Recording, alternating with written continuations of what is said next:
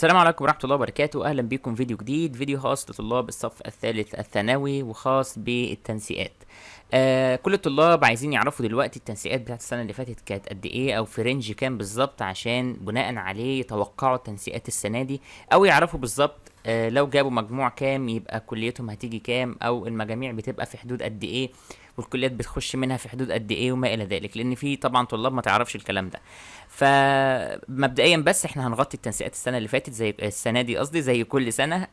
فانت لو عايز تتابع التنسيقات معانا وتتابع كل حاجه عن التنسيقات وكده، فيا ريت تنضم للقناه وتشترك وتفعل زر الجرس عشان يوصلك كل جديد. كمان هننزل النتيجه اول باول ان شاء الله. ما علينا، التنسيقات بتاعت السنه اللي فاتت احنا كتبنا لكم في مقاله منظمه فيها كل الكليات وكل المعاهد بتاعت مصر كلها، تمام؟ سواء طب بقى، هندسه، اي حاجه هتلاقيها، وهتلاقيها موجوده في كل المحافظات: بورسعيد، حلوان، المنيا، كفر الشيخ، بنها، قناه السويس، الاسماعيليه، الاسكندريه، عين شمس، القاهره، سوهاج، كل حاجه. تلاقي كل التنسيقات بتاعت كل كليات مصر في كل المحافظات، تمام؟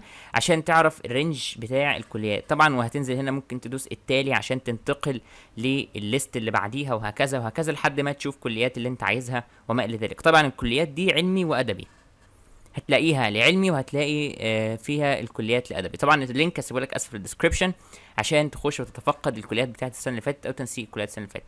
عندك اي سؤال او اي استفسار بقى عن اي حاجه، ممكن تسيبه لي في الكومنتس ان شاء الله وهرد عليك، او ممكن تسيبه لي جوه الموقع في الكومنتات في السكشن الخاص بالكومنتات تحت. تكتب هنا تعليق و هرد عليك ان شاء الله، واشوف انت عايز ايه يعني ارد عليك. كمان السوشيال ميديا بتاعتنا تحت اللي هننزل عليها التنسيقات اول باول، وننزل عليها نتيجه اول باول، وننزل عليها معلومات للكليات اول باول ان شاء الله. ما تنساش تنضم للجروب بتاع الفيسبوك.